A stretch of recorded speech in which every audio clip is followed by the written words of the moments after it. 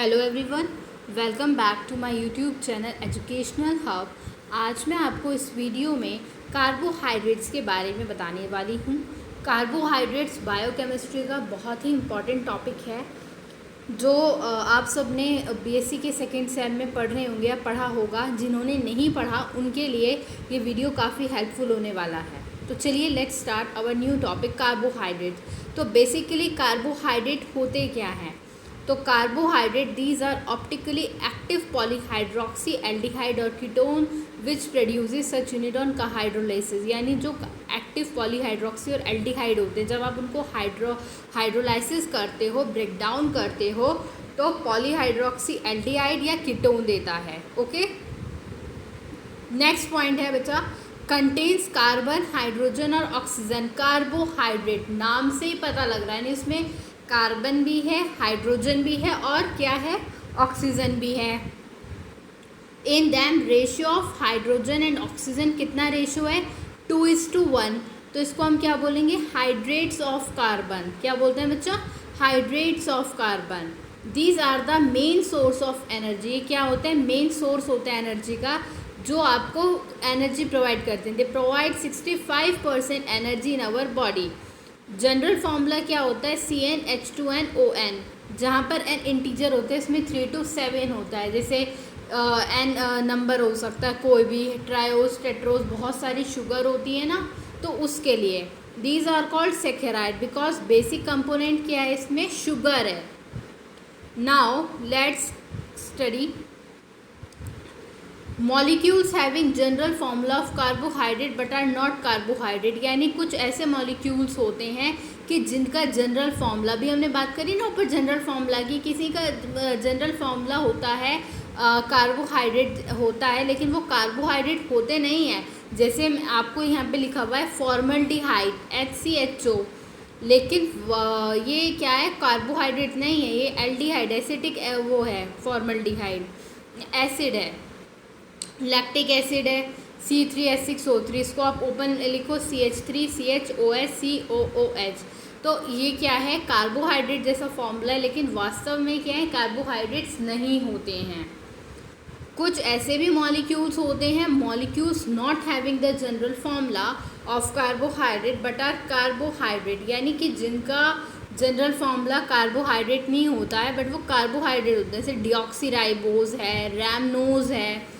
डिऑक्सीराइबोज का क्या फॉर्मूला है? C6H12O5 और रैमनोज का C6H12O5। You can take screenshot of this. ये बहुत इंपॉर्टेंट चीज़ें हैं, आप इनका स्क्रीनशॉट ले सकते हैं, उसको PDF में बना के आप इनके नोट्स को पढ़ सकते हैं। अब आते हैं नेक्स्ट टॉपिक है क्लासिफिकेशन ऑफ कार्ब्स या कार्बोहाइड्रेट। देखो कार्ब्स का जो क्लासिफिकेशन होता है basically monosaccharide, oligosaccharide, derive monosaccharide और पॉलीसेकेराइड। मोनो मतलब जो सिंपलेस्ट शुगर होती हैं, मोनोसेकेराइड। ऑलिगोसेकेराइड जिसमें 2 कार्बन शुगर होती है। डिराइव मोनोसेकेराइड यानी जो मोनोसेकेराइड से डिराइव की हो। पॉलीसेकेराइड, पॉलीसेकेराइड को बच्चा हम ग्लाइकन्स भी बोलते हैं, यानी बहुत सारी जिसमें कार्बन यूनिट होती है उसको हम पॉलीसेकेराइड्स बोलते हैं।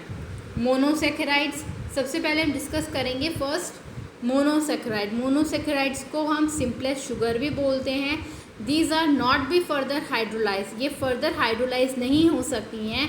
जो जनरल फार्मूला होता है CnH2nOn, N is carbon atom in mono sugar from 3 to 7। यदि 3 है तो ट्रायो, जैसे C3H6O4, फिर कार्बन का 1 नंबर बढ़ेगा, टेट्रोज में 4 आ जाएगा, हाइड्रोजन में 2 नंबर जुड़ जाते हैं और ऑक्सीजन में भी 1 नंबर इंक्रीज हो रहा है। तो C3H6O3 यदि कार्बन 3 है तो ट्रायोज है, यदि कार्बन 4 है तो टेट्रोज आ रहा है, यदि कार्बन 5 है तो पेंटोज आ रहा है, कार्बन 6 है तो हेक्सोज आ रहा है। कार्बन को देखो, अब ऊपर आपको एक स्ट्रक्चर दिखा रखा है क्लोज फॉर्म में, ये हेक्सोज है। इसका स्ट्रक्चर आपको ऐसे बनाना है, देख लेना, स्ट्रक्चर का स्क्रीनशॉट ले सकते हैं जैसे मैंने बना रखा है उस तरीके से। फिर आता है types of monosaccharides. Types of monosaccharide यानी एल्डोज और कीटोज। जैसे आपका जो ग्लूकोज है बच्चा वो फ्री एल्डिहाइड ग्रुप होता है, और जो कीटोन्स हैं, कीटोज हैं, वो फ्री कीटोनिक, जैसे फ्रक्टोज, उसमें कीटोन ग्रुप होता है। तो मोनोसेक्राइड में देखें ट्रायोस टेट्रोस अभी बात करी। ट्रायोस क्या होता है, इसमें कार्बन नंबर कितना होता है, यहाँ पे लिखा है नंबर ऑफ कार्बन 3। फॉर्मूला क्या है C3H6O3, कार्बन 3, हाइड्रोजन 6, ऑक्सीजन भी 3। एल्डोज में क्या है glyceraldehyde, ketose di hydroxy acetone, Tedros में 4 है, फॉर्मूला C4, हाइड्रोजन में 2 और ऐड कर दो 8 हो गया, ऑक्सीजन में 4, एल्डोज में थिरोज आ गया, कीटोज में एराइथ्रोलोज, फिर पेंटोज में 5 कार्बन होंगे C5H10O5, aldose ribose, ketose xylulose, hexose में यहाँ पर C6, हाइड्रोजन में 2 और ऐड कर दो 12, ऑक्सीजन 6, ग्लूकोज, और वैसे कीटोज में फ्रक्टोज है। इसी तरीके से आगे हेप्टोज है C7, 7 है तो हेप्टोज हो गया, हाइड्रोजन में 14 हो गए O7, गैलेक्टोहेप्टोज, और सेडुहेप्टोज क्या होगा बच्चा, ये कीटोज होगा। मोनोसेकेराइड, अब हम बात करते हैं मोनोसेकेराइड की। पेंटोज एंड हेक्सोज जो होते हैं चेन और रिंग फॉर्म में दोनों तरह एग्जिस्ट करता है। अब देखो अगर आपने इसका ओपन ऐसे बना रखा है तो कार्बन 1 और कार्बन 5 के बीच में C1 और C5 के बीच में ऑक्सीजन की वो हो रही है इस टाइप से। अब यहाँ पर देखो इस टाइप से इसका स्ट्रक्चर कैसा बन रहा है, क्लोज फॉर्म में, रिंग फॉर्म में बन रहा है। CH2OH, ये C, फिर इसके ऊपर हाइड्रोक्सिल H, CH, नीचे हाइड्रोक्सिल CH, नीचे हाइड्रोक्सिल, ये ग्लूकोज का रिंग फॉर्म है, ये ओपन फॉर्म है। आप इसका स्क्रीनशॉट ले सकते हैं। अब इसमें जो रिंग होती है ये 2 टाइप की होती हैं, पायरेनोज और फ्यूरेनोज। पायरेनोज वो होती हैं जिनका हेक्सागन स्ट्रक्चर होता है 5 कार्बन एंड 1 ऑक्सीजन, और फ्यूरेनोज पेंटागन स्ट्रक्चर होता है विथ 4 कार्बन एंड 1 ऑक्सीजन, वो होता है फ्यूरेनोज।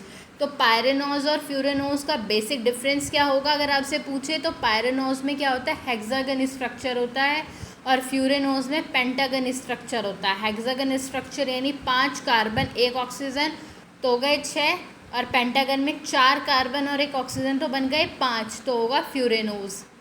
अल्फा एंड बीटा शुगर, अच्छा यहाँ पर मैंने अल्फ़ा और बीटा शुगर क्यों बोला, अल्फ़ा एंड बीटा ग्लूकोज क्यों बोला, ग्लूकोज तो ग्लूकोज है। आपका सबसे पहले ये क्वेश्चन उठ रहा होगा हमने इसको यहाँ पर अल्फ़ा क्यों लगाया, बीटा क्यों लगाया। देखो आप स्ट्रक्चर में देख रहे हो अल्फ़ा ग्लूकोज है तो हाइड्रोक्सिल नीचे की तरफ होगा, यहाँ पर जो आपका क्लोज फॉर्म है उसमें हाइड्रोजन कैसे होगा, हाइड्रोक्सिल H के नीचे होगा फर्स्ट नंबर पे, और यहाँ पर बीटा में हाइड्रोक्सिल ऊपर है।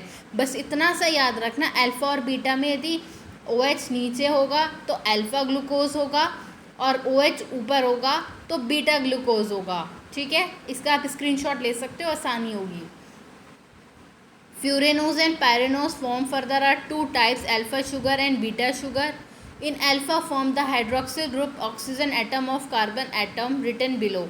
अल्फ़ा फॉर्म में क्या होता है बच्चा, जो हाइड्रोक्सिल ग्रुप होता है ऑक्सीजन एटम के पास वो नीचे लिखा जाता है। मैंने आपको बताया कि हाइड्रोक्सिल नीचे है तो अल्फ़ा होगा, जैसे आपको इस यहाँ पर शो हो रहा है, और यदि हाइड्रोक्सिल ऊपर है in beta form the hydroxyl group near oxygen atom of ring above है तो वो क्या होगा, रिटन अबव इट, तो वो बीटा ग्लूकोज होगा। सिर्फ इतना बेसिक डिफरेंस है जो आपको याद रखना है, और आप इसका स्क्रीनशॉट ले सकते हो।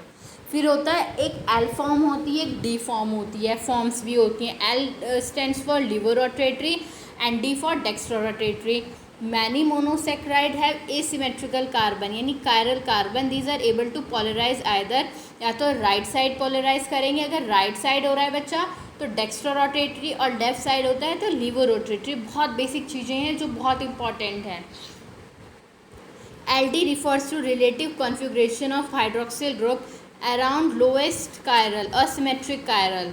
अब देखो D और L ग्लूकोज, यहाँ पर देखो फोर्थ में देखो यहाँ पर आप D ग्लूकोज और एक L ग्लूकोज है। अब आप कहोगे कि इसको D क्यों कहा, इसको L क्यों कहा। हम इसको भी तो L कह सकते थे और L वाले को D कह सकते हैं, तो वो इसलिए कि जो हाइड्रोक्सिल होगा 4th नंबर पे, वो देखो वो कहाँ आ रहा है, वो राइट हैंड साइड है, और उसी की यहाँ पर देखो L ग्लूकोज में वो बच्चा वो लेफ्ट हैंड साइड आ रहा है। तो आप इसको ऐसे प्रैक्टिस करो, देखो उसको, तो एक होगा आपका हाइड्रोक्सिल राइट हैंड साइड की तरफ, और जब वो लेफ्ट हैंड साइड है तो वो L ग्लूकोज है। ठीक है। तो ये कुछ बेसिक बातें हैं। अब मैं आपको कुछ बेसिक चीज़ें बताऊंगी कुछ मोनोसेक्राइड के बारे में, जैसे ग्लूकोज, फ्रक्टोज, कीटोज हैं। जो ग्लूकोज होता है वो मेन रेस्पिरेटरी सबस्ट्रेट होता है सब सेल्स का। ग्लूकोज होता है ना, आप ऑक्सीडेशन के बाद अब आपका फूड का ऑक्सीडेशन होता है तो ग्लूकोज बनता है, ऑक्सीजन बनता है। डेक्स्ट्रोरोटेटरी को हम डेक्सट्रोज बोलते हैं। प्रेजेंट इन ग्रेप, इसको आप ग्रेप शुगर भी बोलते हो और कॉर्न शुगर भी बोलते हो, इसके कॉमन नाम है, पता होना चाहिए। फ्रक्टोज, फ्रक्टोज फ्रूट शुगर होती है। अगर आपसे पूछा जाए कि फ्रूट्स में कौन सी शुगर होती है या फ्रूट शुगर कौन सी होती है, तो वो होती है fructose. Sweetest natural occurring sugar, ये सबसे ज़्यादा स्वीटेस्ट होती है। Levorotatory, so called as levulose, present in human semen secreted by seminal vesicle, ये ह्यूमन सीमेन में होती है जो सेमिनल वेसिकल सिक्रेट करते हैं। फ्रूट में होती है, इसे हम फ्रूट शुगर बोलते हैं। ठीक है, ये वाला इंपॉर्टेंट टॉपिक है कि सेमिनल वेसिकल के द्वारा ह्यूमन सीमेन सिक्रेट करता है। इंपॉर्टेंट है, एमसीक्यूज में भी आता है, you can take screenshot of this. Galactose, galactose को ब्रेन शुगर भी बोला जाता है। मिल्क शुगर, मिल्क में कौन सी शुगर होती है, लैक्टोज शुगर होती है। Found as a component of glycolipid, vertebrates, vertebrate, इन सब में इस टाइप से ग्लाइकोलिपिड के फॉर्म में मिलती है। नर्व शुगर बोला जाता है, इंपॉर्टेंट होती है, मोनोसेक्राइड होती है, या आप इसको याद रख सकते हैं। लैक्टोज, लैक्टोज में अगर आप हाइड्रोलाइज कर दो लैक्टेज से तो ग्लूकोज और गैलेक्टोज बनेगा। Erythrose, erythrose four phosphate is an intermediate in the pentose pathway in the Calvin cycle. Pentose PP पढ़ी होगी आप लोगों ने, नहीं पढ़ी है बायोकेमिस्ट्री तो मैं आगे बहुत जल्दी इसकी भी वीडियो अपलोड करूँगी। तो उसमें कंपोनेंट आता है एराइथ्रोज 4-फॉस्फेट, यानी वो 4 कार्बन प्रोडक्ट होता है, उसका इंटरमीडिएट होता है। A chewing gum formulation to fight cavities compromises sufficient erythroz to give the chewing gum anti-caries properties करता है chewing gum के अगेंस्ट। राइबोज, राइबोज कैसा होता है, इसमें इंपॉर्टेंट कंपोनेंट होता है आरएनए का, एटीपी का, एनएडी का, एनएडीपी का। Ribose, ribose sugar, RNA, RNA deoxyribose में क्या डिफरेंस होता है, स्ट्रक्चर दे रखा है देखो। राइबोज है तो राइबोज में हाइड्रोक्सिल है, सेकंड पे भी फर्स्ट में होगी, लेकिन डीऑक्सी में सेकंड पोजीशन पर ऑक्सीजन नहीं होता, डीऑक्सी, उसका मेजर डिफरेंस होता है। अभी आप ने पढ़ भी लिया होगा डीएनए जेनेटिक्स, जिसने नहीं पढ़ी वो आगे पढ़ेगा तब आप इसको बहुत डिटेल में समझने वाले हैं। अभी तो आप इतना ही याद रखो, आरएनए का कंपोनेंट होते हैं आरएनए, एटीपी, एनएडी, एनएडीपी है। Arbinose, it gets its name from the gum arabic from which it was isolated. It is an inhibitor of sucrase enzyme.